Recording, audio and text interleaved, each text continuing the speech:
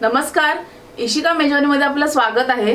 तर आज आपण आपल्या गणपती बाप्पांसाठी लागणारा संपूर्ण नैवेद्याचं ताट बनवणार आहोत। तर चला आता वेळ न घालवता आपण नैवेद्य बनवायला सुरुवात करूयात।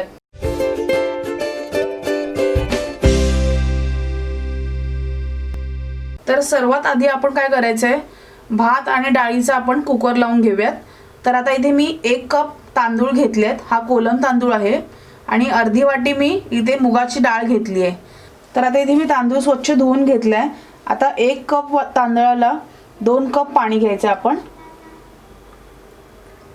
आता आपण याच्यामध्ये चवीनुसार मीठ घालूयात। मी अर्धा चमचा याच्यामध्ये मीठ घातले, सर्व मिक्स करून घेऊयात। आता आपण हे बाजूला ठेवून देऊयात। आता आपण मुगाची डाळ धुवून घेऊयात। सेम प्रोसेस आपल्याला 2 ते 3 वेळा पाण्यामध्ये धुवून घ्यायचे।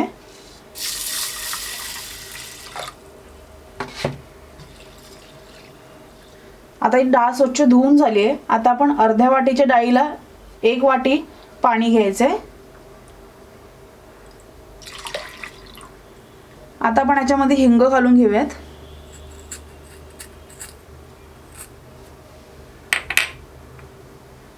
हळद घालूयात अर्धा चमचा। मीठ सुद्धा आपण आताच घालायचे चवीनुसार। आता आपण हे कुकरला लावून घेऊयात। तर आता इथे कुकरमध्ये आपण साधारण 1 ग्लास पाणी घालूयात आणि दोन्ही टोपा आपण कुकरमध्ये ठेवून घेऊयात। अजून थोडंसं पाणी घालूयात। तर साधारण मी कुकरमध्ये 2 ग्लास पाणी घेतलेले आहे। आता आपण कुकरचं झाकण लावून फास्ट गॅसवरती 3 शिट्या काढून घेऊयात। इथे आपला कुकर होतोय, तोपर्यंत आपण वालाची भाजी बनवून घेऊयात। तर आता आपण वालाच्या भाजीसाठी इथे मी पाव किलो हे वाल घेतलेत आणि मी आदल्या दिवशी भिजत घालून याला मोड आणून घेतलेत।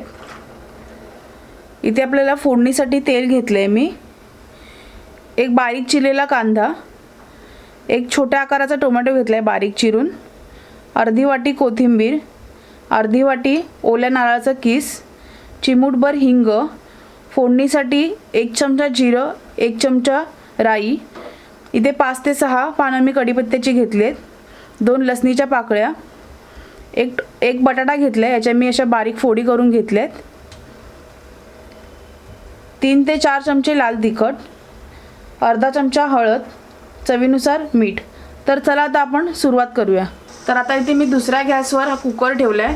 एका बाजूला आपल्याला वरण भाताचा हा कुकर शिजतोय। आता आपण इथे वालाची भाजी तयार करून घेऊयात। तर आता आपण गॅस चालू करून घेऊयात आणि आपण कढईमध्ये तेल घालूयात। साधारण 4 ते 5 चमचे मी तेल घातले।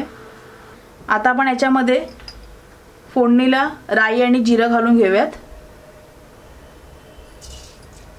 आता राई छान तडतडल्यानंतर आपण याच्यामध्ये लसूण आणि कढीपत्ता घालून घेऊयात। तर आता ही फोडणी आपण परतून घेऊयात। आता आपण याच्यामध्ये हिंग घालूयात।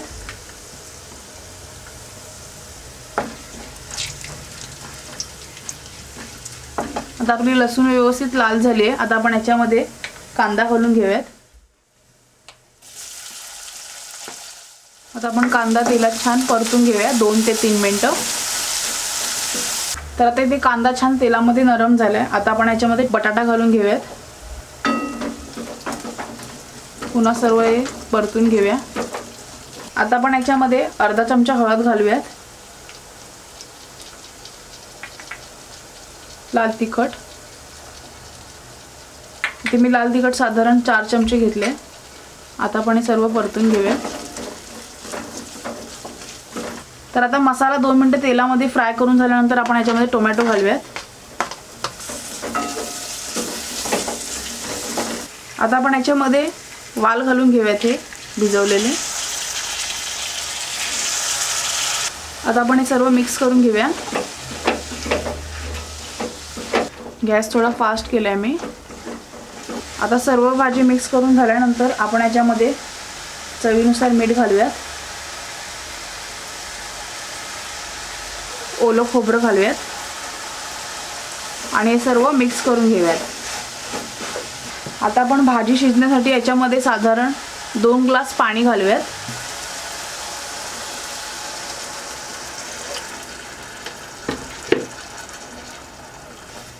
भाजी व्यवस्थित ढवळून आता आपण याच्यावर झाकण ठेवून बारीक गॅसवरती ही भाजी आपण साधारण 10 ते 15 मिनिटं शिजवून घेऊयात. तर आता इथे आपला कुकर देखील थंड झालेला आहे. डाळीला तडका देण्यासाठी इथे मी अर्धा चमचा जिरं आणि अर्धा चमचा राई घेतली आहे आणि 4 ते 5 कढीपत्त्याची पानं घेतली आहेत. तर आता इथे आपला भात देखील छान नरम शिजलेला आहे. आता आपण हा भाताचा टोप काढून घेऊयात. त्यानंतर हा डाळीचा डब्बा काढून घेऊयात. तर आता इथे फोडणीसाठी मी 2 ते 3 चमचे तेल घेतलंय. आता आपण या तेलामध्ये राई आणि जिरं घालून घेऊयात.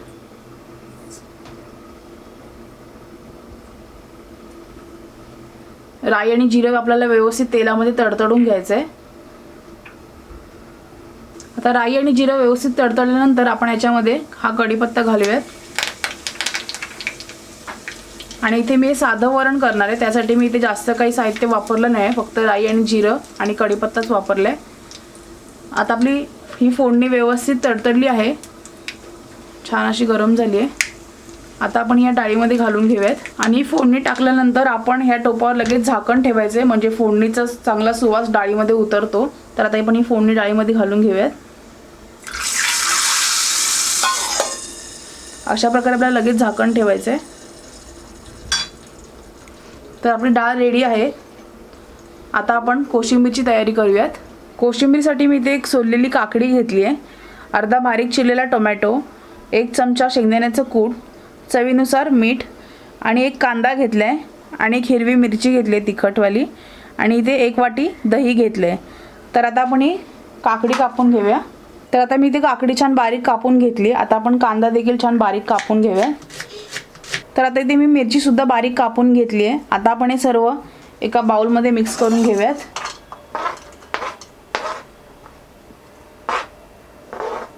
तर आता मी बाउलमध्ये कांदा, काकडी, हिरवी मिरची आणि टोमॅटो घालून घेतले. आता आपण ह्याच्यामध्ये हे शेंगदाण्याचं कूट घालूयात, चवीनुसार मीठ घालूयात, साधारण मी अर्धा चमचा मीठ घातले. आता आपण हे सर्व व्यवस्थित मिक्स करून घेऊयात. मिक्स केल्यानंतर आपण याच्यामध्ये दही घालून घेऊयात. मी संपूर्ण दही वापरले 1 वाटी. आता आपले सर्व कोशिंबीरचं साहित्य मिक्स करून झालंय. आता आपल्याला कोशिंबीर छान खमंग अशी बनवायची, त्यासाठी आपण राईची फोडणी द्यायची याला. तर ज्या प्रकारे आपण डाळीला तडका करून घेतला तशाच प्रकारे आपण इथे कोशिंबीरला सुद्धा तडका मारून घ्यायचा. तर या तडक्यामध्ये मी तेल आणि फक्त राई वापरली आहे. तर आता आपण हे मिक्स करून घेऊयात. तर इथे आपली कोशिंबीर सुद्धा तयार झालेली आहे. तर आता आपण हे चपातीचे पीठ मळून घेऊयात. तर आता इथे आपले चपातीचं पीठ मळून झालेलं आहे. आता हे पीठ मुरेपर्यंत आपण शेपूची भाजी तयार करून घेऊयात. आता हे पीठ आपण असं झाकून ठेवूयात. तर इथे मी 1 शेपूची जुडी घेतली आहे. ही मी स्वच्छ धुवून बारीक चिरून घेतली आहे.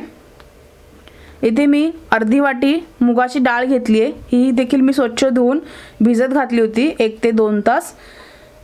भाजीसाठी तेल, चवीनुसार मीठ, 2 चमचे शेंगदाण्याचं कूट आणि इथे मी मिरची आणि लसूणची पेस्ट घेतली आहे. इथे मी 2 ते 3 हिरव्या मिरच्या आणि 4 ते 5 लसणीच्या पाकळ्या तेल न टाकता कढईमध्ये भाजून घेतल्या होत्या 2 ते 3 मिनटं आणि नंतर याला मी मिक्सरमध्ये असं जाडसर असं वाटून घेतलं आहे. आणि भाजी शिजवण्यासाठी अर्धा ग्लास पाणी. आता कढई तापल्यानंतर आपण याच्यामध्ये तेल घालूयात. तर आता इथे तेल तापल्यानंतर आपण गॅस बारीक करायचं आहे आणि याच्यामध्ये मिरची आणि लसूणची पेस्ट घालून घ्यायची आणि ती आपल्याला 1 ते 2 मिनटं परतून घ्यायची, कारण मिरचीचा कच्चेपणा गेला पाहिजे. तर आता आपण ही पेस्ट घालून घेऊया.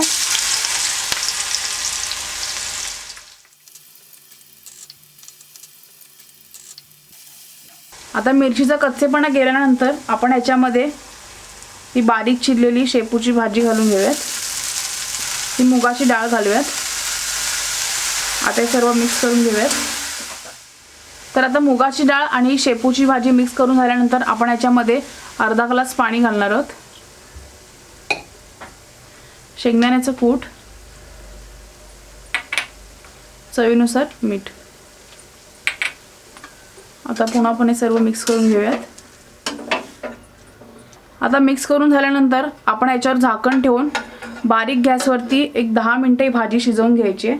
तर आपली शेपूची भाजी शिजेपर्यंत आपण चपात्या बनवून घेऊयात। तर आता ती मी चपाती लाटून घेते आधी।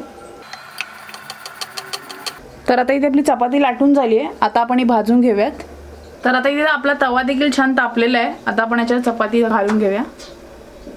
तर आता आपण तेल लावून घेऊया चपातीला।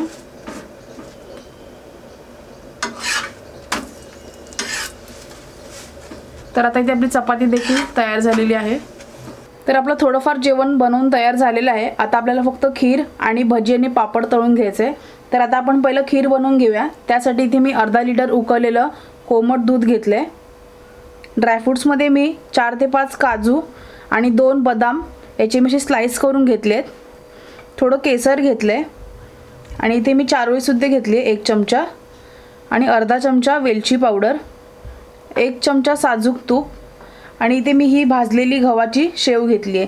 तर आता आपण खीर बनवायला सुरुवात करूया। तर आता इथे मी खीर बनवण्यासाठी एक स्टीलचं टोप घेतलंय। या टोपामध्ये आपण ही शेव घालून घेऊयात। तूप घालूयात आणि शेव जास्त भाजायची गरज नाही कारण ऑलरेडी भाजलेली असते। आता आपण याच्यामध्ये दूध घालून घेऊयात। आता हे सर्व मिक्स करून घेऊयात। याला एक उकळी येऊन द्यायची आपल्याला। त्यानंतर आपण याच्यामध्ये साखर घालायची। तर आता इथे आपल्या खिरीला छान उकळी आली आहे आणि माफ करा इथे मी साखर सांगायला विसरली। तर इथे मी साधारण 7 ते 8 चमचे साखर घेतली आहे। ही आता आपण घालून घेऊयात। अर्धा लिटरच्या दुधाला 7 ते 8 चमचे साखर व्यवस्थित होते। तर आता आपण ढवळून घेऊया।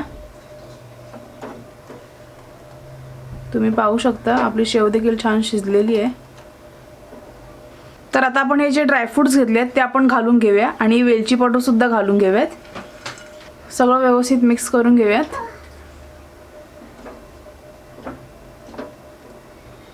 आता आपली ही खीर शिजायला एक 5 ते 7 मिनिटं अजून लागतील। तरी शिजेपर्यंत आपण भजी आणि पापड बनवून घेऊयात।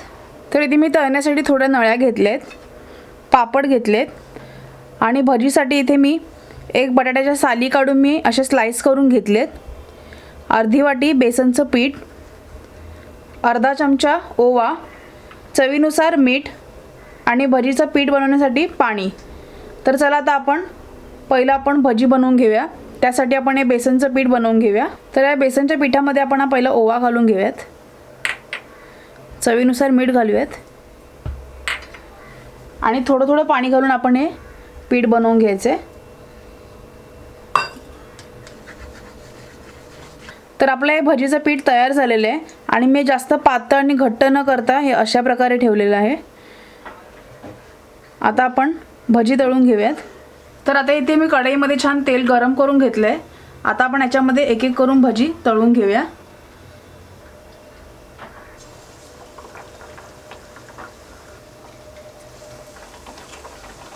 तर आता तुम्ही पाहू शकता आपल्या भजी देखील छान टम्म अशा फुगलेल्या आहेत। आता आपण या काढून घेऊयात आणि याच तेलामध्ये आपण पापड तळून घेऊयात। तर आता आपण नळ्या देखील तळून घेऊयात।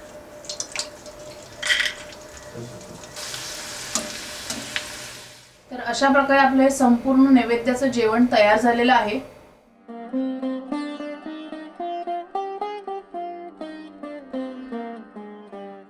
आणि नैवेद्यासाठी आपण इथे केळीचं पानच वापरायचं। त्याने काय होतं, आपली परंपरा देखील जपली जाते आणि केळीच्या पानावरती जेवण्याची मजा काही वेगळीच असते। आणि शास्त्रानुसारच असं आहे की पानाच्या नेहमी उजव्या बाजूला भाज्या असाव्यात, मध्यभागी भात असावा आणि डाव्या बाजूला आपण जे गोडाचे पदार्थ किंवा आपण जसं की ह्याच्यामध्ये भजी पापड तळलेत त्या नेहमी डाव्या बाजूला असाव्यात।